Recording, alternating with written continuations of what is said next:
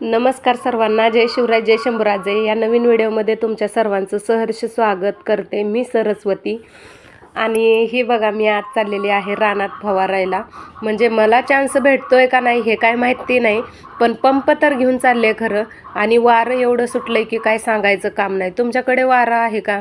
जे आलंय ते पीक तर आपल्याला व्यवस्थित जोपासलं पाहिजे, केलं पाहिजे त्याचं. म्हणून मी रानात आले होते बघा. आणि ही नंतर रानात आल्यानंतर बघते तर काय एवढं गवत झालं होतं शेतामध्ये की काय सांगायचं कामच नाही. आणि लास्टला तिकडं दिसतेत बघा दाजी, एवढं आभाळ भरून आलंय. नेमकं आम्ही फवारायचं म्हणलं की नेमका पावसाचं वातावरण झालेलंच असते. म्हणून हे असं करूनच तण जास्त झालंय. इकडं तर शेंगा मी सगळ्या खुरपून घेतलेल्याच होत्या. पाठीमागच्या व्हिडिओमध्ये तुम्ही बघितलंच असेल. अधूनमधून तण उठला असेल, पण नंतर चक्कर मारू आपण त्याच्याकडं.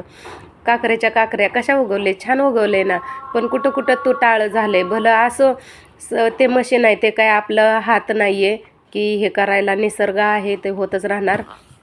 दाजींनी तोपर्यंत इकडं ड्रममध्ये औषध करून ठेवलं होतं. आणि परत नंतर त्यांच्या लक्षात आले की अरे देवा, हे औषध घ्यायला काहीच नाही आणलं. मग ते औषध घ्यायला रिटर्न चालले होते.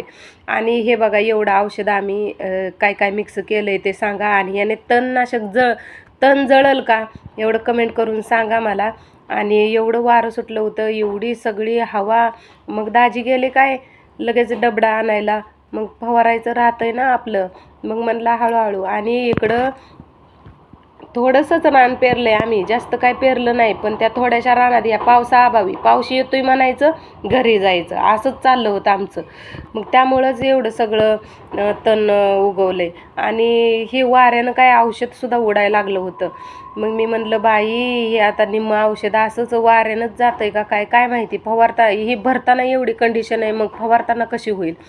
मग दाजींनी लगेच, दाजी म्हणलं सर होय बाजूला, तुला काय येतं आहे. मी म्हणलं चला, तुम्हाला येतं आहे तर तुम्हालाच दाखवते. सगळेजण म्हणतात मला दाजी दिसत नाही व्हिडिओमध्ये, दाजी दिसत नाही व्हिडिओमध्ये.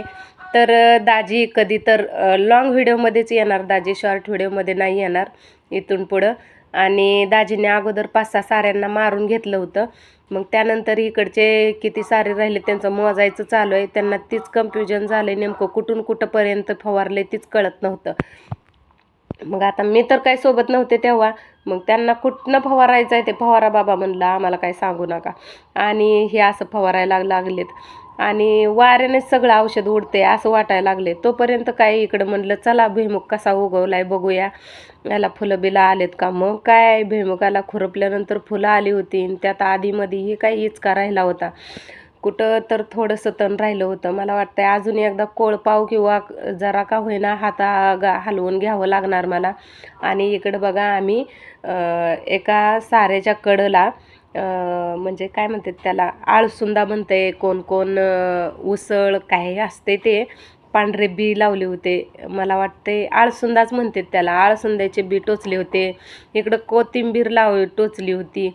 भेंड्या पण लावल्या होत्या, पण अजून उगवल्या नाहीत. म्हणजे 2-4 दिवसानं ते दिसतं ना, लगे नाही दिसत. आणि हे असं खुरपून घेतलं होतं स्वच्छ टकाटक खटाखट. तर तुम्हाला आमचं शेत कसं वाटलं आणि हा व्हिडिओ कसा वाटला कमेंट करून नक्की सांगा.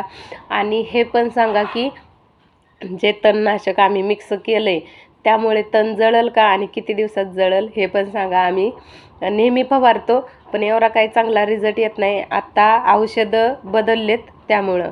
आणि दाजींचं